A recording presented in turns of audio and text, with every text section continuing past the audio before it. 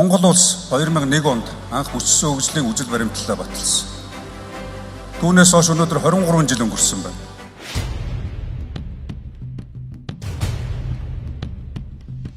Алсын хараа 2050 Монгол улсын урт хугацааны хөгжлийн бодлого, шин сэргэлтийн бодлогын хот хөдөөгийн сэргэлтийн зорилтыг хэрэгжүүлэх, хот хөдөөгийн хөгжлийн тэнцвэрийг хангах зорилгоор Монгол улсын засгийн газраас 2024 оныг бүсчилсэн хөгжлийг дэмжих жил болгон зарлалаа.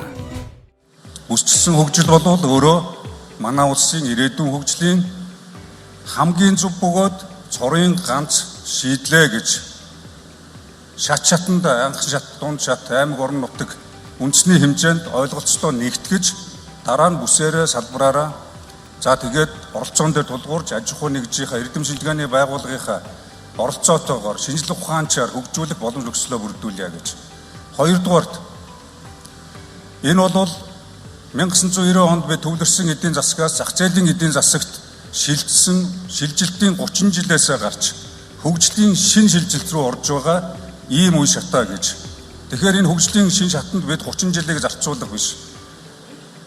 Магадгүй одоо 3 жил, 4 жил цаашлаад 10 жилийн хугацаанд бүх одоо хөгжлийн шин загваруудаа шин стандартаар бий болгоё гэж. Яагаад шин стандарт гэж юм нэхвэр стандарт хаана байна тэнд хөгжил түүчэлж байдаг. Стандарт хаана байна тэнд эмх цэгц байдаг. Стандарт хаана байна тэнд аюулгүй байдал хангаж байдаг. Стандарт хаана байна тэнд хүний хөгжил аюулгүй байдал амьдралын чанар сэтгэл ханамж бий болж байдаг учраас бид бүс орон нутгийнхаа хөгжлийг стандартын шин загвараар бүсчилсэн хөгжлийнхаа шин загварыг стандартаар тэргүүлсэн байхаар олон улсын жишгт нийцсэн байхаар цэгцэлье гэж ингэж одоо явж байгаа.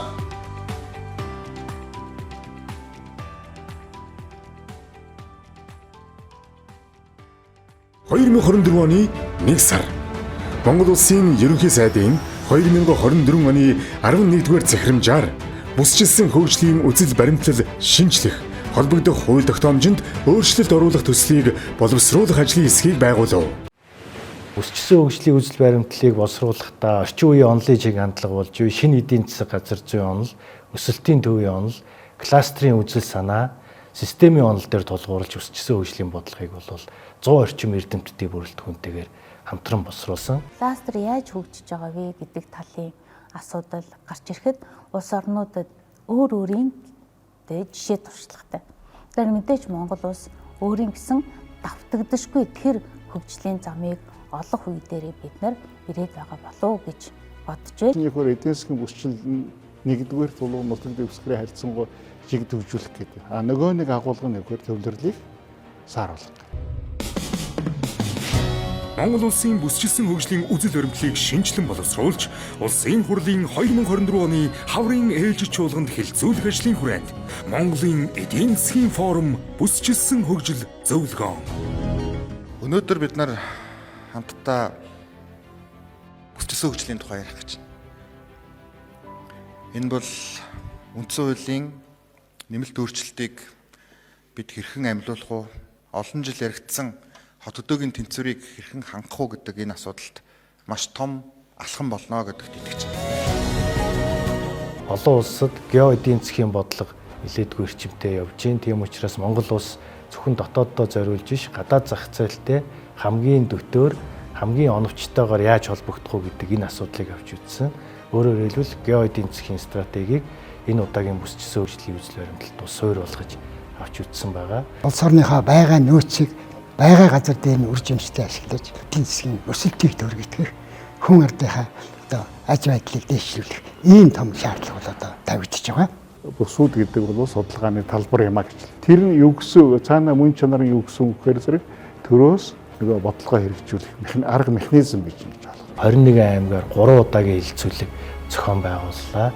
За мөн одоо бүсчилсэн хэлэлцүүлгийг үндэсний төвшөнд олон шат дараалтайгаар зохион байгуулж давхарцсан доогоор 3000 орчим санал гарсныг одоо бид нар энэ бүсчилсэн хөгжлийн үзэл баримтлалтаа тусгасан. 2024 оны 6 дугаар сарын 5 Монгол Улсын хурлын 2024 оны 64-р тогтоолоор Монгол Улсын бүсчилсэн хөгжлийн үзэл баримтлалыг батлав. Бүсчилсэн хөгжлийн үзэл баримтлалыг батлах тухай Улсын хурлын тогтоолын төслийг батлая гэсэн саналын томьёолоор санал болт.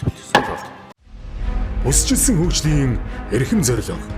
Үндэсний соёлоо дээдэлсэн байгалийн унган төрх экосистемийн тэнцвэрт байдлыг хадгалан хойч үедээ өвлөвсөн эдийн засгийн төрөлжилт, дагналт, хоршилт бүхий ногоон үйлдвэрлэлийг хөгжүүлж бүс нутгийн эдийн засгийн интеграцид нэгдсэн хүн амын нутагшилт суурьшлийн тогтвортой тогтолцоотой өрсөлдөх чадвартай бүсүүдийг харьцангуй тэнцвэртэйгээр хөгжүүлнэ. Хангайн бүс дэлхийд дахинд Монголын түүх, төрд ёс, соёлын өвийг түгээн дэлгэрүүлж, орхны хөндий, хангай нурууны байгалийн онцлог тулгуурлан аялал жуулчлал, боловсруулах үйлдвэрлэлийг дагнан хөгжүүлсэн дэлхийн нүүдэлчдийн соёлын голомт нутаг, соёлын бүтээлч үйлдвэрлэлийн бүс нутаг болно. Баруун бүс. Бүсийн хөгжлийн зорилго нь Төв Азийн орнууд болон Хятад, Оросын зах зээлтэй холбогдож, дэлхийн өв, увс нуурын айсав, Алтай хангай нурууны байгалийн унган төрх, олон усаатны түүх соёлын өвд түшгэлсэн тусгай сонирхлын аялал жуулчлалаар төрөлжиж, мал аж ахуй, газар тариалангийн нөөцөд тулгуурсан эко үйлдвэрлэлийн хоршилт бүхий тогтвортой хөгжлийн бүс нутаг болно. Хойд бүс.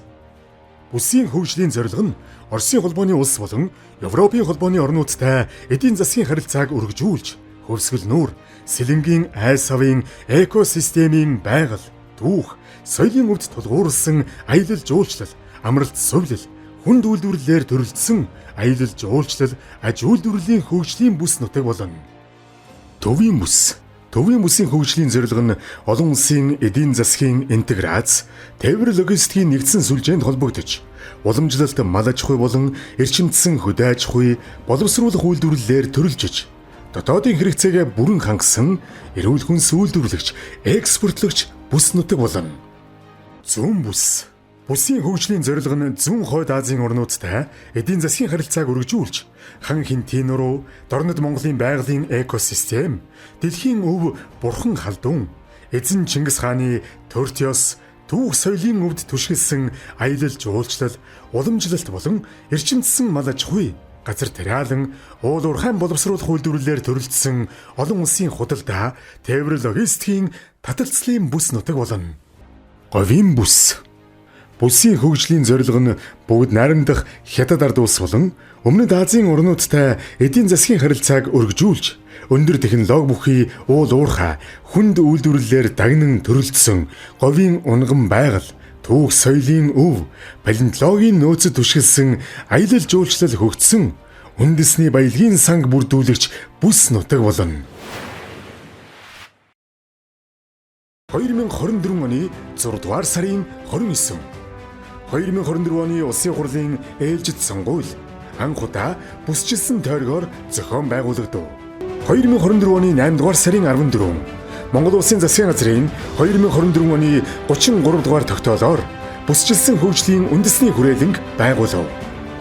2024 оны 8 дугаар сарын 24 Монгол Улсын засгийн газрын 2024 оны 21 дугаар тогтоолоор бүсчилсэн хөгжлийн үндэсний бүрэлдэхүүнийг шинжилэн батлав. 2024 оны 8 дугаар сарын 27 Монгол Улсын засгийн газрын 2024-өөс 2028 оны үйл ажиллагааны хөтөлбөрийн 1-р бүлэгт бүсчилсэн хөгжлийн бодлогыг хэрэгжүүлэхээр тусгав. 2024 оны 10 дугаар сарын 8 бүсчилсэн хөгжлийн үндэсний хорооны анх дугаар хурлыг зохион байгуулав. Бүс нутгийнх нь орон нутгийнх нь удирдлагуудыг, аж ахуй нэгжүүдийг, за төрийн бус байгууллагуудын оролцоог хангаж, эрдэмтэн судлаачдын ингээд бүх нийгмийн бүхий л талын оролцоог хангаж байж үйл ажиллагааг нь идэвхжүүлэх шаардлагатай байгаа учраас өнөөдөр Монгол Улсын засгийн газрын тогтоолоор байгуулагдсан үндэсний хороо анх дугаар хуралдаанаа хийж үйл ажиллагааныхаа энэ 24 хоног дуусталх төлөвлөгөөгөө батллаа. Бүс орон нутгийн хөгжлийг хязгаарлаж буй хүчин зүйлсийг шуурхай шийдвэрлэх, харилцан санал солилцож, нэгдсэн ойлголтод хүрэх, бүсийн хөгжлийг дэмжих, хөрөнгө оруулалт, төслүүдийн талаар хэлэлцэх, бүсийн хөгжлийг дэмжих, хамтын ажиллагааг үргэлжлүүлэх, олон нийтэд мэдээлэл өгөх зорилго бүхий бүсүүдийн хөгжлийн үндэсний чуулган шинэ стандарт.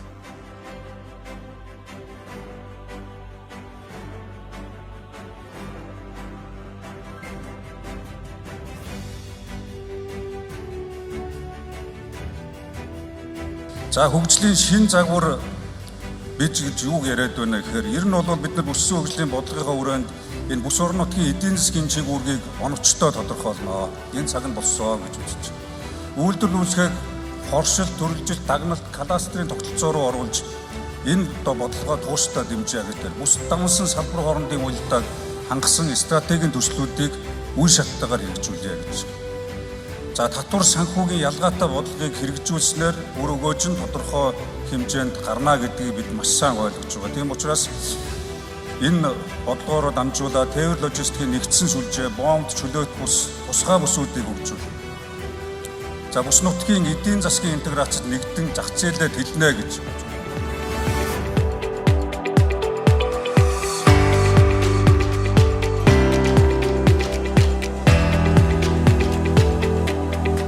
Төвийн бүс нийслэл Улаанбаатар хот энэ дунд оршиж байна. Хүн амын 53%, үр тарианы үйлдвэрлэлийн 68.2%, төмсний 77.5%, хүнсний ногооны 71.7%, хүлэмжийн аж ахуйн 99%, хөнгөн хүнсний үйлдвэрүүдийн 90%, тэжээлийн үйлдвэрлэл 99% энэ бүс нутагт явагдаж байна. Бүссэн хөгжлийн үзэл баримтлал дээр суурилсан шин төрлийн татварын бодлогыг одоо санал болгож байгаа.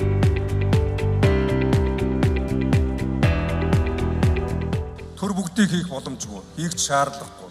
Төр боломжийг олгоно, бодлогыг гаргаж өгнө. Бодлогоороо дэмжиж аж ахуй нэгжүүд иргэд өөрсдөө хөрөнгө оруулагчид харилцан үр ашигтай хамтарч ажиллаж энэ хөгжлийн бодлогод нөлөө үзүүлэх юм тогтолцоо руу орё гэж.